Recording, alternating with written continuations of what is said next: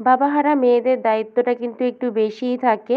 আসসালামু আলাইকুম ভিউয়ার্স, সবাই কেমন আছেন? চলে আসলাম নতুন একটি ব্লগ ভিডিও নিয়ে। তো আমরা আজকে ২ বোন সকাল, সকাল চলে গেলাম একটু কিছু ঈদের কেনাকাটা করতে।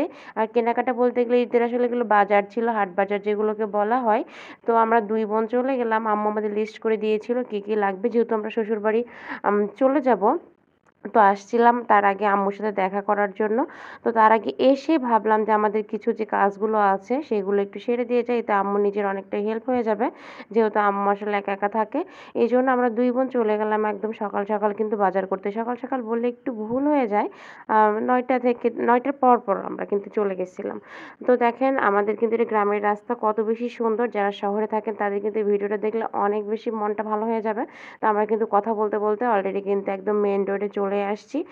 আর এটা আমাদের বাসা থেকে বেশ খানিকটা দূরে হয়। তবে ওইখানে বাজার করতে গেলে সবকিছুই পাওয়া যায়।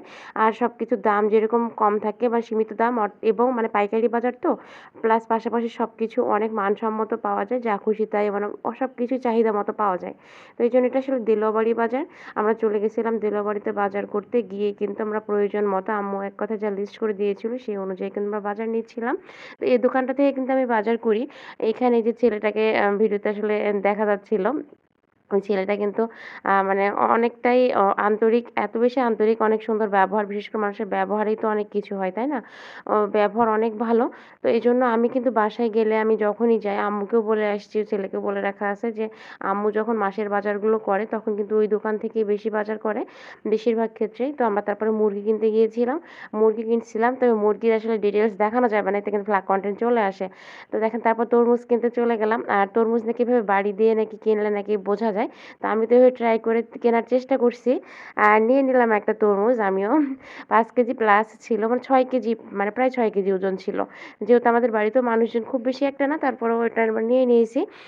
দেন আমার বোন দেখেন তরমুজটা নিয়ে কি অবস্থা, ছোট বোন। আমার নিজের হাতে বেশ কয়েকটা ব্যাগ ছিল। আর তারপর ভিডিওও করছিলাম।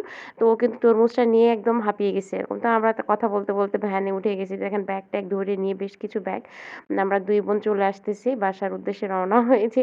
আর এই যে ব্রিজটা দেখতেছেন, এই ব্রিজটা না আসলে আমাদের অনেক শখের ব্রিজ। এটা আমাদের গ্রামেই। তো এখানে আগে নৌকাতে পার হইতে হইতো।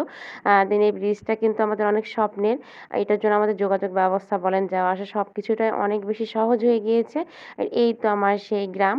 আমার গ্রামটা আমার নিজের কাছে অনেক বেশি, প্রত্যেকের কাছে নিজের, নিজের গ্রাম অনেক ভালো লাগে। তবে আশা করছি যে আমার আগের ভিডিওগুলো যারা দেখেছেন তারা কিন্তু আমার এই গ্রামের ভিডিওগুলো অনেক বেশি পছন্দ করেন।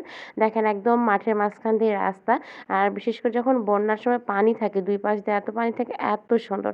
তো কথা বলতে, বলতে কিন্তু একদমই ব্লগের প্রায় শেষ প্রান্তে চলে আসছি। আজকে আর কথা না বাড়াই, সবাই ভালো থাকবেন, সুস্থ থাকবেন আর আমাদের জন্য দোয়া করবেন। আমরা যেন এভাবে মায়ের পাশে সারা জীবন থাকতে পারি। আল্লাহ হাফেজ সবাইকে।